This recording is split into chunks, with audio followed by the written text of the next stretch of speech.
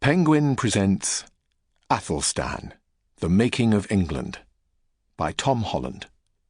Read by Roy McMillan. Brunanburh. It was the most terrible conflict that anyone could remember.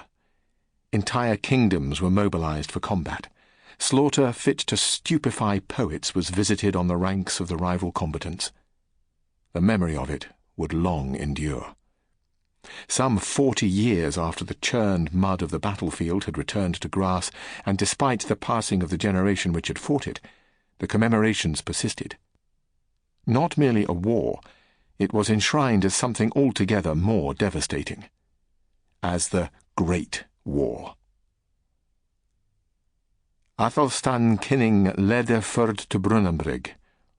Athelstan, the king, led the levy to Brunanburh.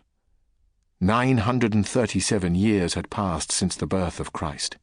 For the first time, a single king laid claim to the whole of Britain.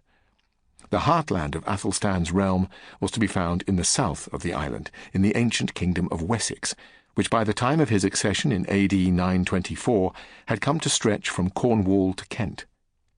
At his coronation, though, he had been crowned as the king not of the West Saxons, but of the Anglo-Saxons. Due reflection of the fact that the Angles of Mercia, who inhabited the lands immediately north of Wessex, were his subjects too. Then, in 927, Athelstan had ridden past the river Humber and entered York. Princes in the lands beyond the city, intimidated by the scope of his power, had scrabbled to acknowledge his authority. Never before had the grasp of a southern king reached so far. Wessex, Mercia, and now Northumbria. All the peoples who spoke the conqueror's own language, the whole way to the Firth of Forth, acknowledged Athelstan as their lord. In mark of this, he adopted a splendid and fateful new title, that of Rex Anglorum, King of the English. Athelstan's horizons, though, were wider still. His ambitions were not content with the rule of the English alone. He aspired to be acknowledged as lord of the entire island, by the inhabitants of the various kingdoms of the Welsh, and by the Welsh-speaking Cumbrians of Strathclyde, whose kings held sway from the Clyde down to the Roman wall, and by the Scots, who lived beyond the Forth in the Highland realm of Alba. All had duly been obliged to bow their necks to him.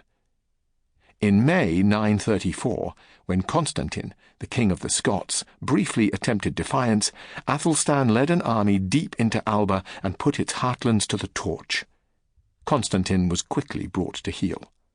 Humbly he acknowledged the invader as his overlord.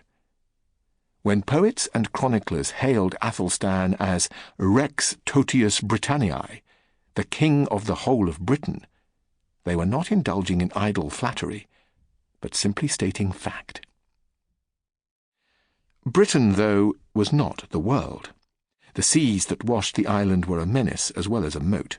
For 100 years and more they had borne on their tides war fleets bristling with pirates from pagan lands.